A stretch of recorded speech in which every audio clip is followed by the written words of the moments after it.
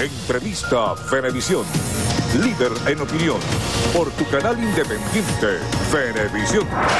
Muchísimas gracias por acompañarnos en Entrevista Venevisión. Ya estamos listos para iniciar nuestra conversación con el invitado del día de hoy, dirigente político, exgobernador del estado Zulia, Manuel Rosales. Gracias por estar con nosotros. Buenos días, Andrina, muchas gracias.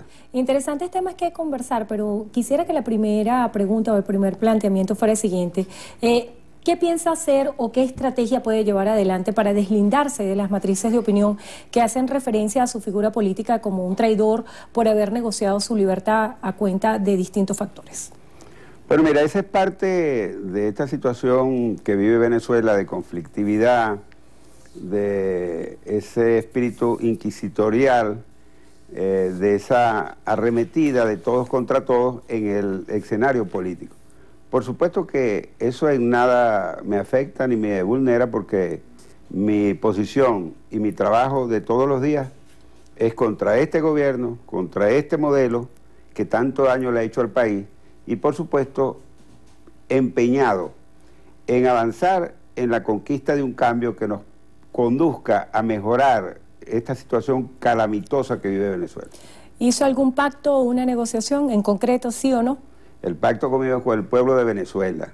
Y los que se preocupan y utilizan la tecnología para pretender tejer toda este tipo de artimaña, porque a lo mejor piensan que les voy a quitar el puesto o que yo les perjudico sus aspiraciones, deben quedarse tranquilos. Mira, como alguien dijo, cuando uno va en un camino recto hacia el objetivo que uno desea, no puedes entretenerse ante todos los perros que laten o ladren en el camino, porque nunca llegarás a su fin, y el fin nuestro es buscar un cambio en Venezuela.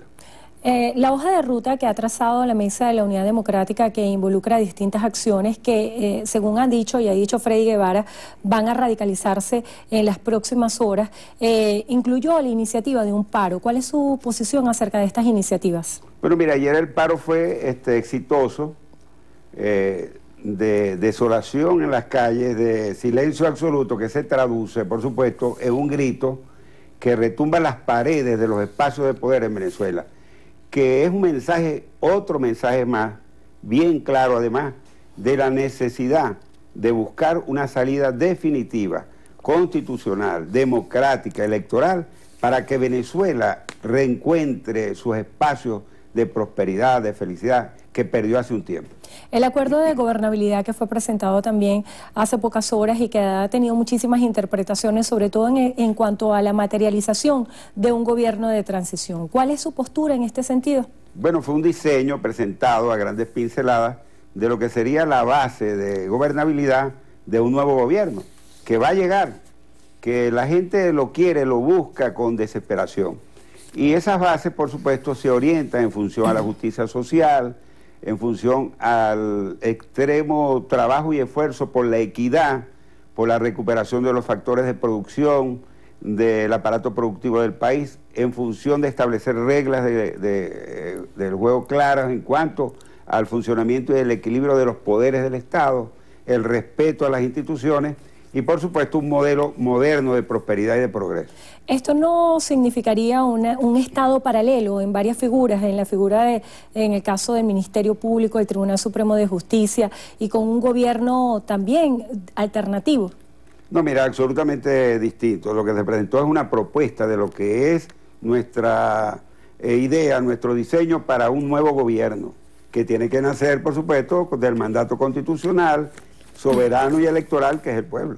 Hizo usted también referencia, revisando sus declaraciones recientes, a dos figuras muy importantes. Hablaba de negociantes infiltrados y encapuchados que le hacen juego al gobierno.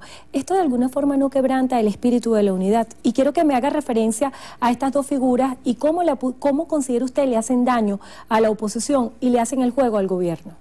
Bueno, tú sabes que lo que se significa en cuanto a eso, Twitter, es con la primera pregunta que me hiciste, de esa guerra sucia, que esa manipulación permanente, que lo hacen algunos infiltrados porque se esconden. No es el que se pone una capucha lleno de sueños, de esperanza, para desarrollar un proceso en la calle, no, me refiero al que se esconde, financiado a veces del gobierno, para dividir a la oposición. para hacerle daño a los líderes de la oposición, porque no es Manuel Rosales, a todos nos inventan una cosa toda la semana, a todos nos inventan algo para pretender destruir, dividir, y por supuesto eso es sospechoso, y como ya se ha comprobado, algunos son financiados por el gobierno para que cumplan esa tarea.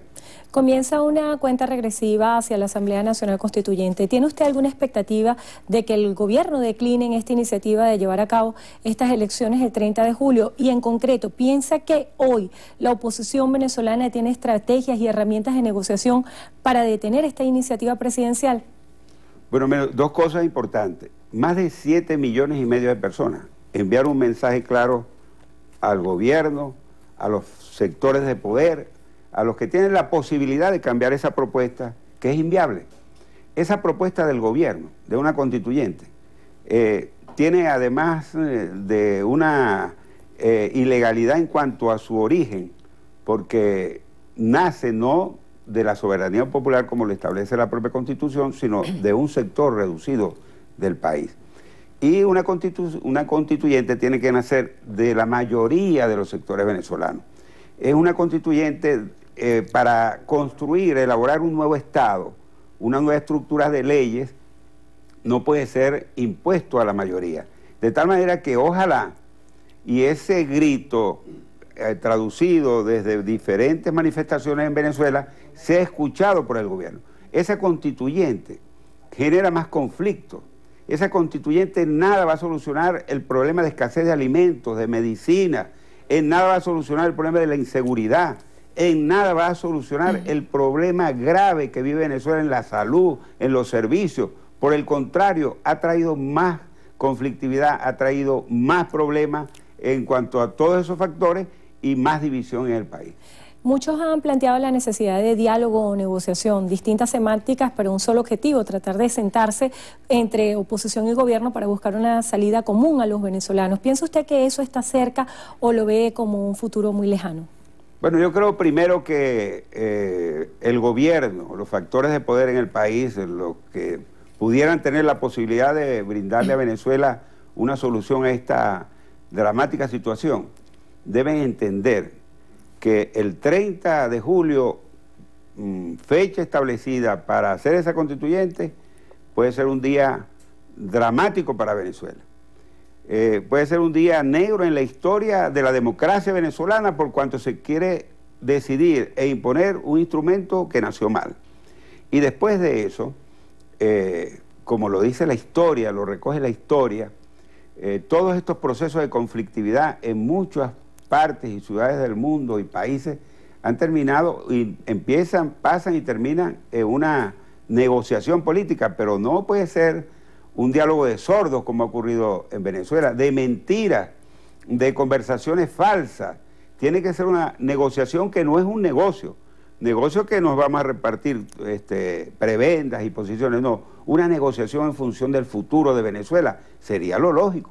Pero, por supuesto, hay que recuperar lo más importante, que es la palabra, el respeto a la palabra, el respeto a lo que se dice, el compromiso a lo que se sienta y se acuerda en una mesa. Eso es lo que está reclamando Venezuela de todos los líderes. Los líderes son para eso, los partidos son para eso, los partidos son para conducir, no por lo que digan las redes, ni por lo que digan las encuestas, ni por lo que le guste al gobierno, o por un gobierno que se quiere quedar para siempre en el poder, no, es para conducir a la sociedad hacia estadios de prosperidad y de desarrollo. Acerca de ese rol de liderazgo que debe tener hoy la política y se hace cada vez más necesario, ¿cómo piensa usted se van a canalizar las frustraciones de los venezolanos y lo que pudiera ocurrir luego del 30 de julio? Porque se ha puesto como fecha límite ese día 30 de julio, pero va a haber un 31 de julio.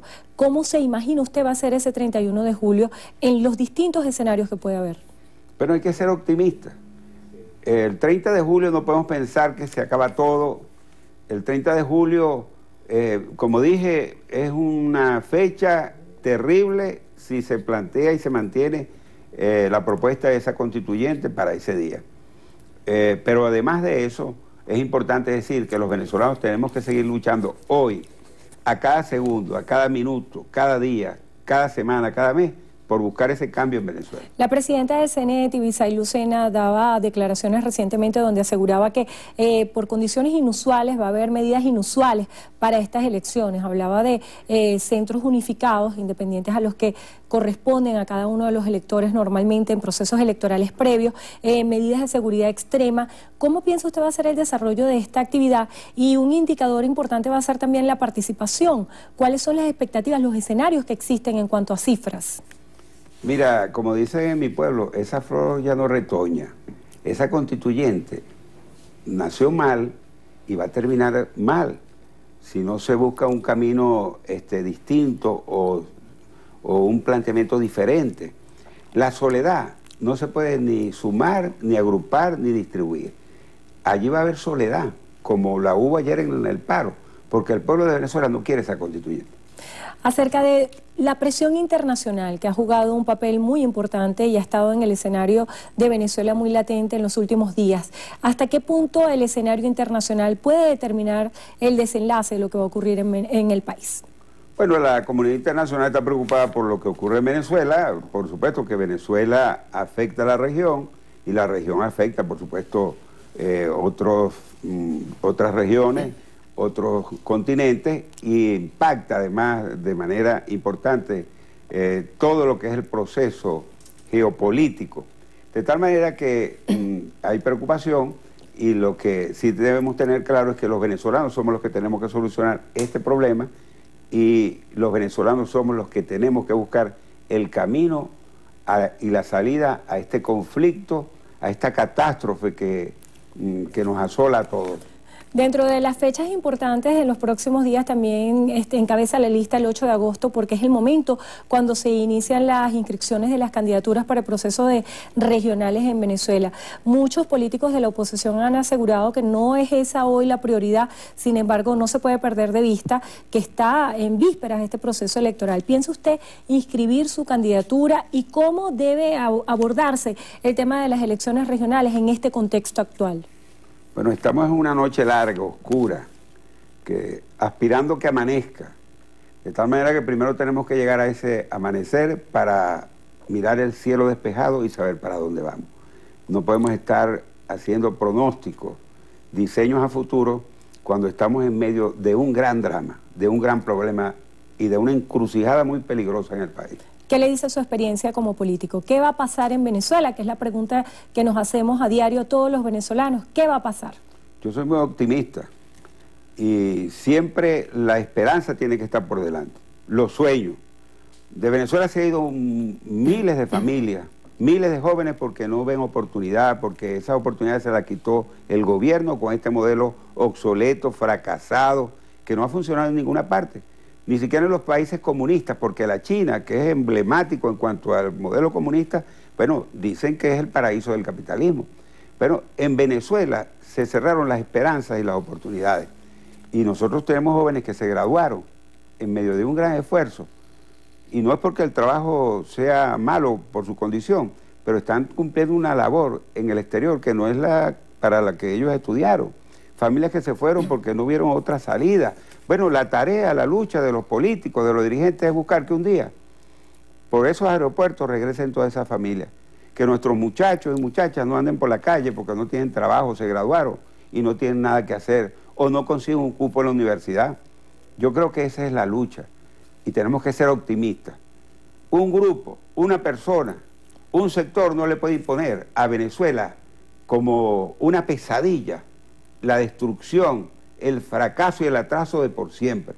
Yo estoy seguro que eso no va a ser así y para eso tenemos que luchar. Manuel Rosales, dirigente político, ex gobernador del estado Zulia, gracias por estar con nosotros hoy en Entrevista a Venevisión. Gracias, Andrés. Y gracias a ustedes también por habernos acompañado. Hacemos una pausa y venimos con más.